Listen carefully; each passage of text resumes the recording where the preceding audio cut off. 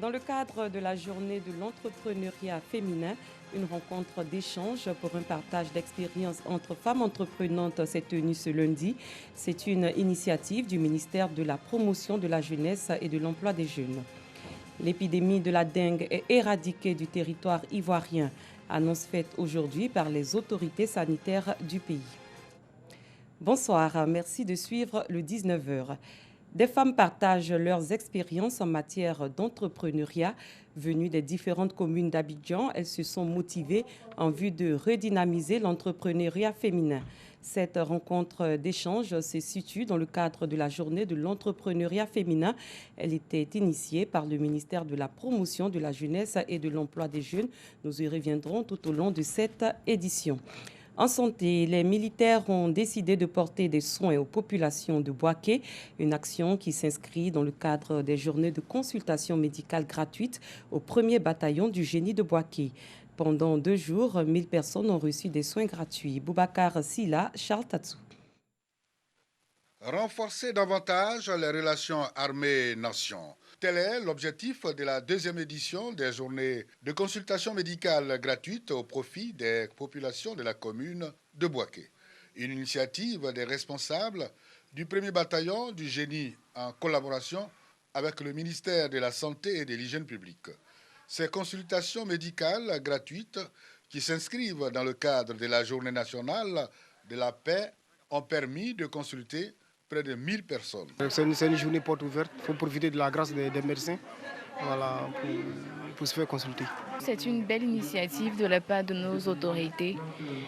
Pour une journée gratuite, ça va permettre à tout le monde de se soigner et puis avoir accès à certains soins. Cette action des militaires du 1er bataillon du génie a enregistré la participation de plusieurs spécialistes militaires en santé. Action supervisée par le médecin commandant Nicole Balé-Loa et le commandant en second du 1er bataillon du génie à Boaké.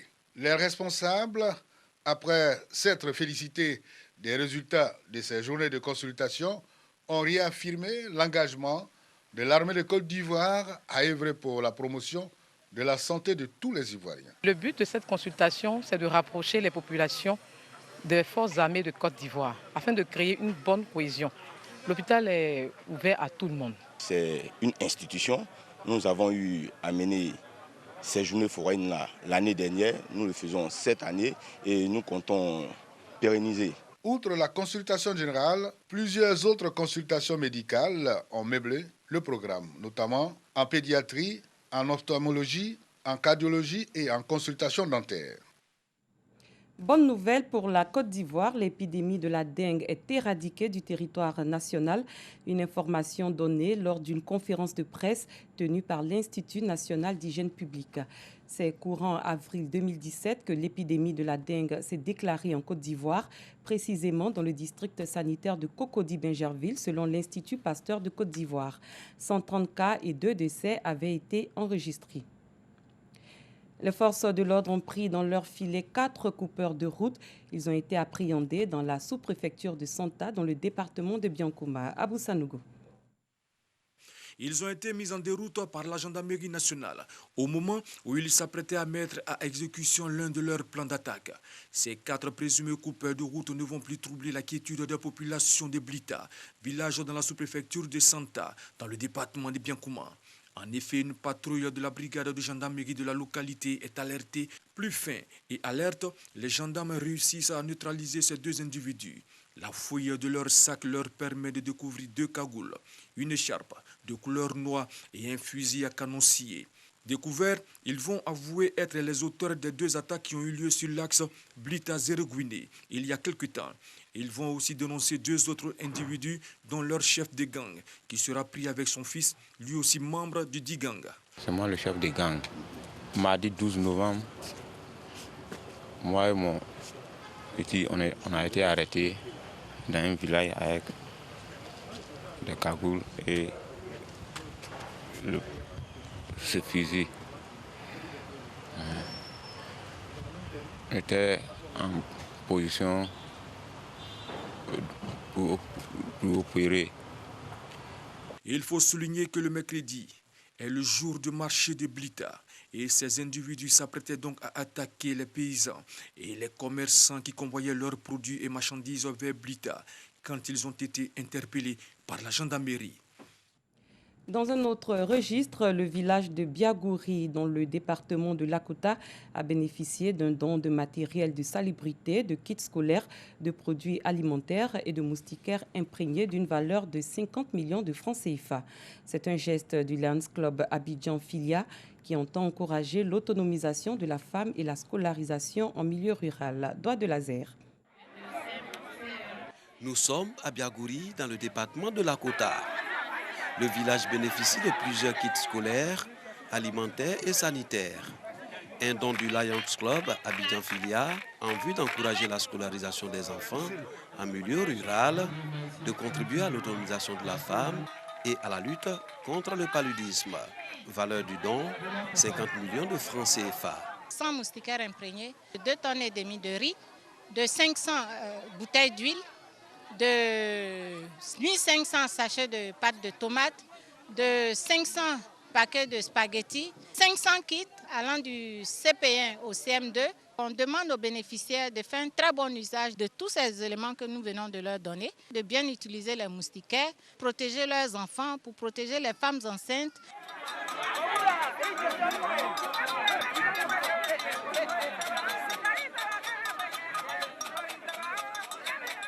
Heureuses, les populations de Biagouri ont exprimé leur satisfaction pour ce geste de générosité. Une première selon les bénéficiaires. Ils ont partagé beaucoup de cadeaux, des poubelles pour installer dans le village aussi, pour la propriété aussi. Depuis qu'on est dans ce village, on n'a jamais eu des trucs comme ça.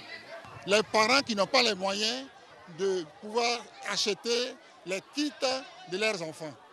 Et Lions Club International nous donne l'occasion à ces parents démunis là d'avoir ces kits pour leurs enfants. Dès l'instant où vous êtes despisté, quand vous dit que vous avez le germe de diabète, à partir de ce temps-là, vous saurez à quoi s'abstenir. Ça vous permettra de manger ceci, de ne pas manger cela. Donc je remercie Lions Club International. C'est ça qu'on a réussi à manger, on a réussi tout ça. On dit merci à tout ce que tu nous as fait pour nous. À la rentrée, c'était difficile parce qu'il n'y avait pas l'argent. On se débrouille. Depuis qu'on est venu ici, on n'a jamais eu cadeau comme ça là. Mais quand on a eu cadeau comme ça là aujourd'hui, là, nous les femmes là, avec les enfants là, élèves là, on est fiers aujourd'hui même. En plus des dons, Lions Club Abidjan Filia a permis aux habitants de Biagouri et ceux des villages environnants de bénéficier d'un dépistage gratuit du diabète, de la myopie et de la cataracte. Parlons développement, c'est parti pour les travaux de construction et de bitumage de la ville de Bouaké. Ces 2 chantiers ont été annoncés par le ministre des Transports Amadou Koné lors de la cérémonie marquant l'inauguration du pont du quartier Dar es Salaam 3, CAFOP de Bouaké. Coût de l'infrastructure, 275 millions de francs CFA. Djeneba Ouattara, Léon Brou. Bouaké, Dar es Salaam 3, CAFOP. Difficile d'évacuer les malades d'ici vers d'autres centres de santé. En cause, l'enclavement du quartier du fait du mauvais état des routes. Lorsqu'on monte sur les mototaxis, arrivé, on est obligé de descendre, puis traverser à pied dans l'eau qui est là, puis ressortir, prendre une autre moto pour continuer. Quand quelqu'un est malade, surtout une femme qui en travaille la nuit, on avait tous les problèmes. Il y avait des accouchements à domicile. Parce qu'on ne sait pas par où il faut passer. Cette situation est lointain souvenir. Dar es Salaam 3, CAFOP, désormais désenclavé avec ce pont flambant neuf inauguré par le ministre des Transports. 275 millions de francs CFA, le coût de l'ouvrage réalisé grâce au président de la République. Le président Alassane Ouattara et le premier ministre Amadou Gon Coulibaly ont donc donné les instructions au ministre de l'équipement, Amédée, pour que les 275 millions de francs CFA nécessaires à la réalisation du pont, que ces 275 millions soient mobilisés et que le pont soit réalisé le plus rapidement possible. Le pont de Dar es Salaam 3 CAFOP, l'un des grands chantiers du gouvernement au profit de la ville de Bouaké. Son inauguration, une occasion pour le représentant du gouvernement de rassurer quant au démarrage effectif des chantiers restants. C'est 40 km de goudron qu'on va mettre dans la ville de Bouaké. Le 11 décembre, le président de la République, Alassane Ouattara, viendra ici à Bouaké pour lancer le démarrage des travaux du grand marché de Bouaké. Parce que ça fait plus de 20 ans qu'on attend ce marché. Répondant sur place aux doléances des populations, notamment la réhabilitation et l'équipement de l'école du quartier, le ministre Amadou Koné a fait don de kits scolaires aux écoliers de Dar es Salaam 3 CAFOP.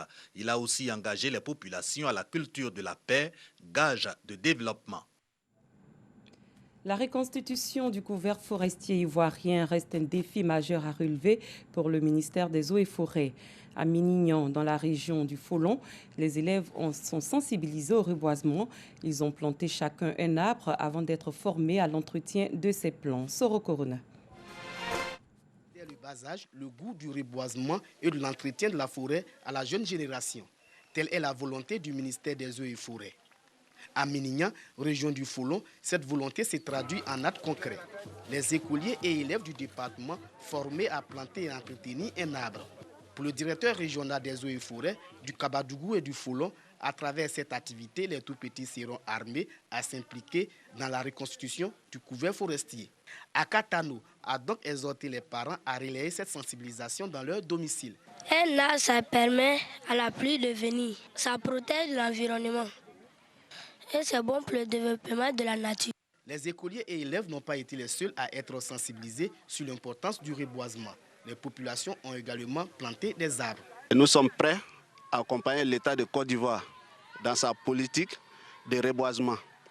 Et nous soutenons, nous allons toujours continuer de soutenir ces actions. Cette activité s'inscrit dans le cadre de la Journée nationale de la paix.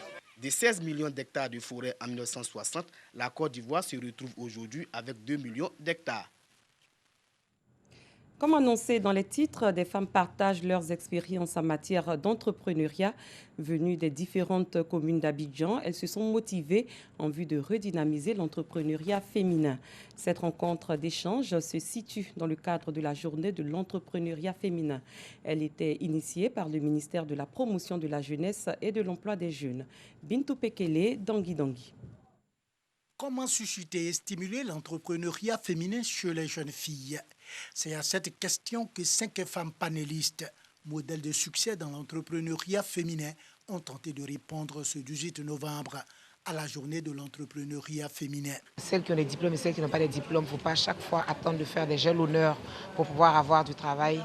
Il faut se jeter dans ce qu'on aime et il faut se donner les moyens de pouvoir réaliser ses rêves. Nous leur demandons de mettre l'accent sur la connaissance de l'activité dans laquelle elles veulent entreprendre. Et cet accent, elles pourront le mettre qu'en se frottant auprès des sachants ou des personnes qui se sont exercées dans l'activité. Contrairement à ces entrepreneurs, de jeunes filles ayant choisi les métiers de maçon, de peintre et de caroleur se disaient prêtes à relever les défis des métiers dits d'hommes. Je fais la maçonnerie. Je suis moi-même ma patronne, je ne dépends pas de quelqu'un. Et grâce à ce métier aussi, j'arrive à m'occuper un peu de ma famille. Quand elle a les travaux de maçonnerie, on va tous travailler ensemble. On l'aide à monter ses agglos. Et les agglos sont les briques, qu'on appelle les briques. On l'aide à monter ça, on fait le crépissage. S'il y a les carrelages à faire, on fait le carrelage et on fait la peinture.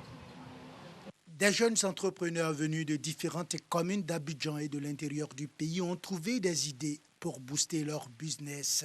Toutes ces expériences vont pouvoir me permettre de pouvoir structurer de mon entrepreneuriat et puis pouvoir développer l'application. Je sors d'ici redynamisée, formatée et je crois que la prochaine séance, peut-être que je serai panéliste pour donner aussi mon expérience aux unes aux autres. La secrétaire d'État chargée de l'autonomisation de la femme invite les jeunes filles à oser entreprendre. Pour nous, c'est déjà un pas important de savoir que dans toutes les activités du ministère de la Jeunesse, la gente féminine à 40%. C'est le moment pour la femme d'être présente sur l'échiquier national. La célébration de la journée de l'entrepreneuriat féminin est l'occasion pour le ministre de la Promotion de la Jeunesse et de l'emploi jeune d'inviter les femmes à briser les stéréotypes. Il n'y a pas de secteur réservé uniquement donc aux hommes.